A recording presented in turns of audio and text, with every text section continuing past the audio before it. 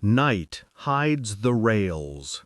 Frost clings to the bolts and sleepers like sugar, and a slow fog slumps in the ditches on either side. Somewhere in the dark, a driver eases the brake of a low, flat wagon. A second wagon bumps coupler to coupler, then a third, and a fourth. By lantern light, soldiers in quilted coats lift ribbed rails, launcher rails, onto the decks. A sergeant calls for the spirit level. Another man chalks a line across a steel plate. The train is not a passenger train, nor a supply train. It is being built into a weapon.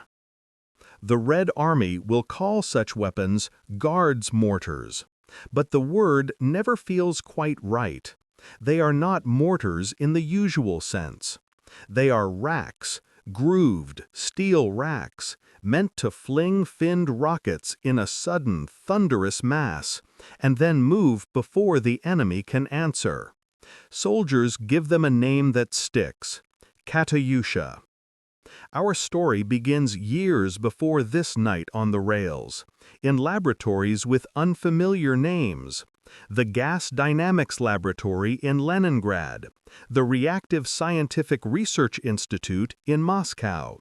Here in the 1930s, engineers like Georgy Langemak, Ivan Gvai, and Vasily Artemiev refined solid-fuel rockets, first for aircraft, then for the ground.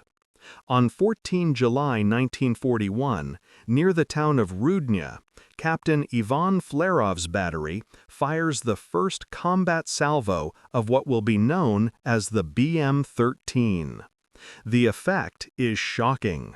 In seconds, a continuous wall of blasts chews through a market square where German troops and vehicles have gathered. The rockets are less precise than conventional guns, but far more sudden. The Germans will call them Stalin Orgel, Stalin's organ, for their screaming sound. Through 1942 and 1943, the concept grows. The light 82mm BM-8 appears. The heavier 300mm M30 and M31 rockets, fired from ground frames or the BM-3112, follow. The Studebaker US-6, a squat, sure-footed American truck delivered by Lend-Lease, proves a perfect chassis. Mobile units can hit, scoot, and hide. Shoot and scoot becomes doctrine. But mobility is not the only idea. Military engineers think sideways. If rockets can be fired from trucks, why not from boats, barges, or rails? Railways are the Soviet bloodstream. They carry coal and wheat and tanks and men. They also carry guns.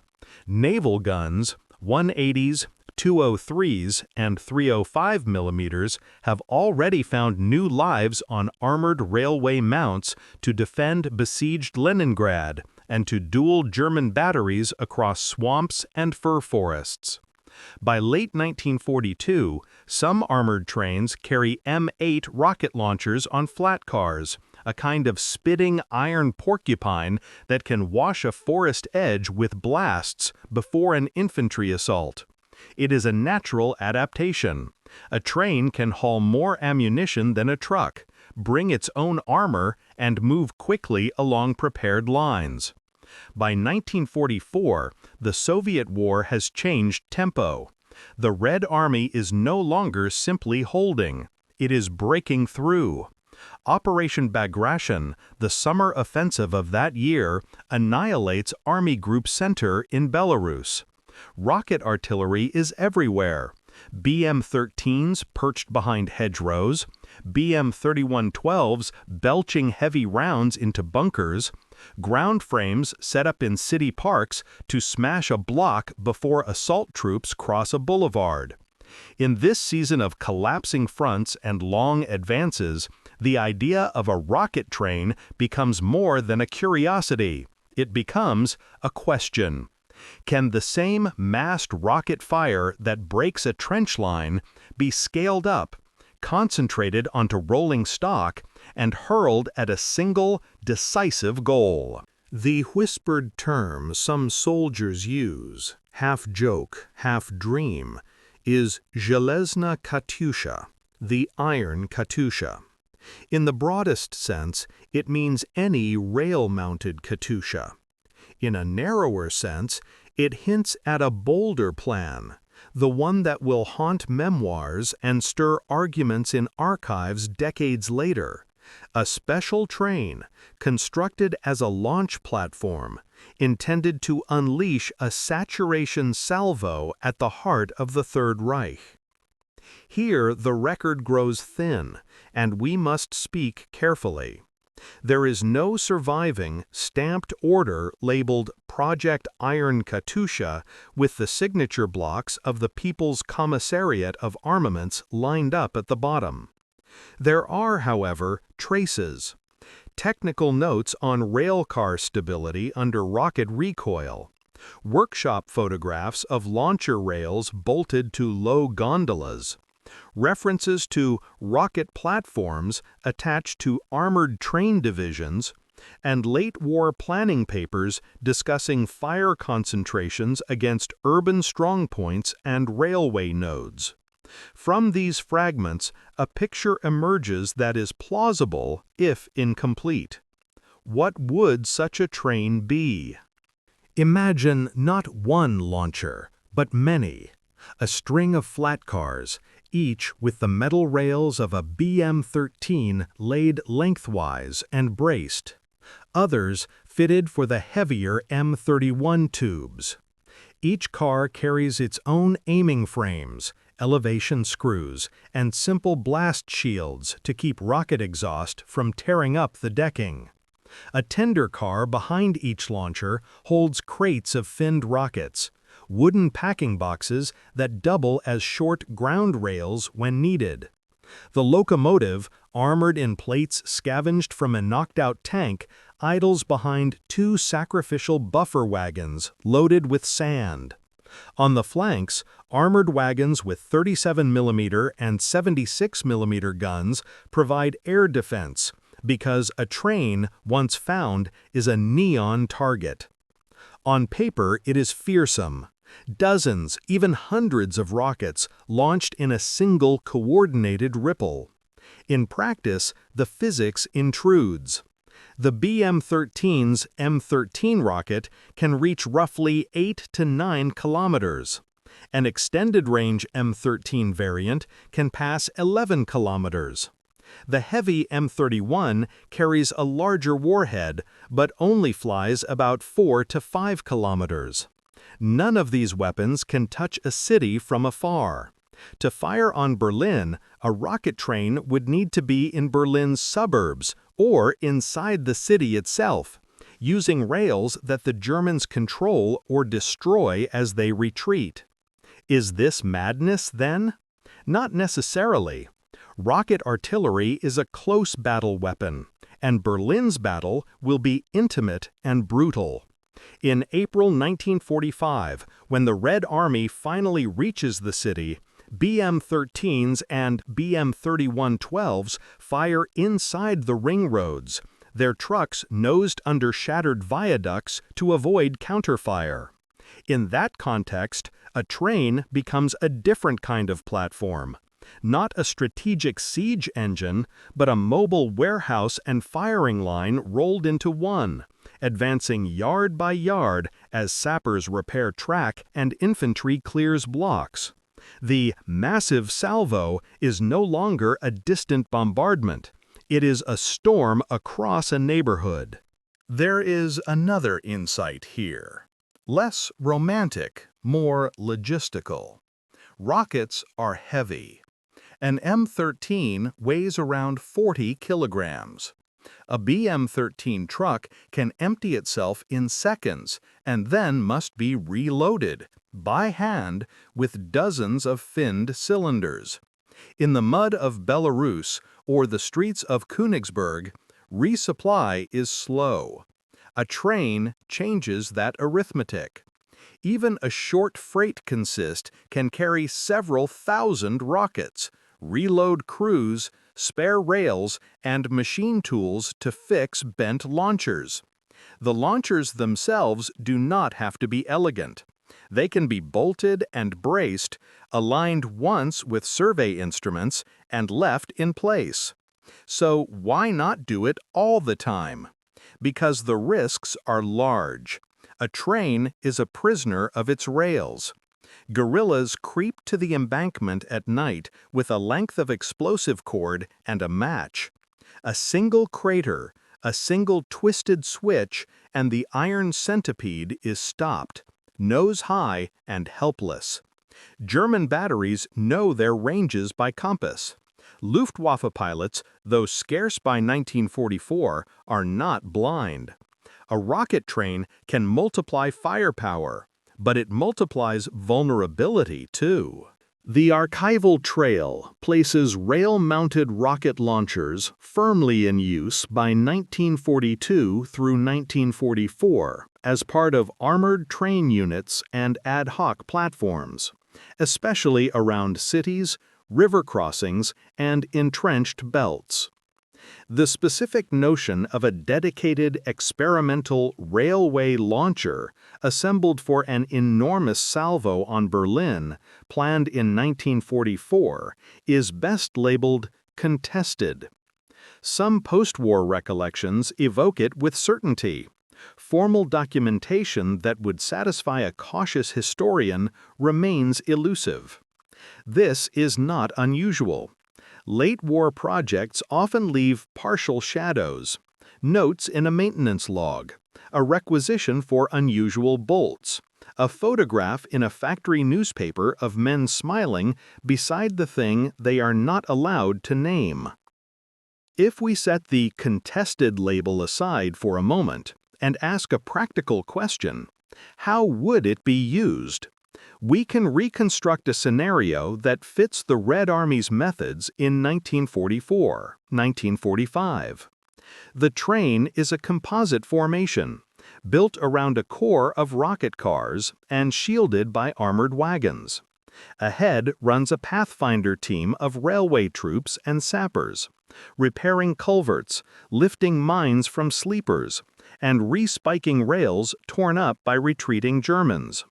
A surveying team establishes firing data using the same techniques artillery officers use for their guns: baselines, aiming circles, and map corrections for wind.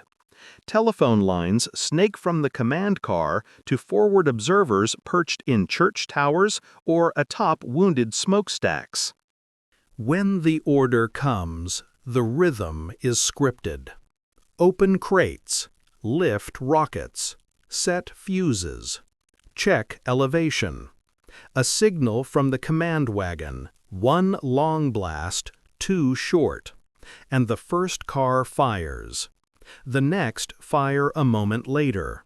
A wave ripples down the consist, steel rails shivering as the jets peel away. For 90 seconds, the night turns into shredded magnesium. Flames lick the ballast between sleepers. A shadow flickers at a carriage door and slams shut as a loader ducks a backblast that would strip the hair from his arms. Then silence. Even on trucks, the reload time for a Katyusha battery is minutes. On a train, it will be longer. The doctrine is the same as it ever was. Move. The locomotive heaves. The train grinds back toward a siding where ammunition waits under camouflage nets. A spare team in felt boots scuffs out embers with shovels. Far ahead, in a neighborhood no longer made of straight lines, the rockets are doing what they do best: sowing panic and rupture. Precision is not the point. Violence and shock are. We can contrast this Soviet concept with Germany's obsession with strategic rockets. The V-2 is a leap into the future, supersonic, terrifying, impossible to shoot down. But it remains a single warhead in flight. The Soviet wartime rocket is stubbornly present tense, cheap, numerous, and close. It democratizes destruction. It requires no exotic metallurgy, no turbine pump, only propellant sticks and rails and hands. In 1944, when time is everything, simplicity is power. The human side of the rocket train is less often told, but it is there in diaries and interviews. The smell of the propellant, sharp, acid, makes the eyes water. Powder smoke clings to wool coats and never leaves. Hands cut themselves on the corners of crate wood as the tempo quickens. The men who sleep under the launch rails learn to stuff their ears with paper.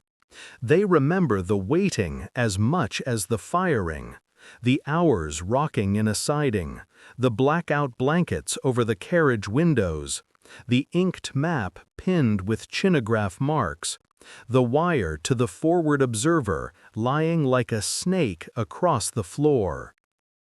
When spring 1945 comes, Berlin is not a target from afar, but a labyrinth.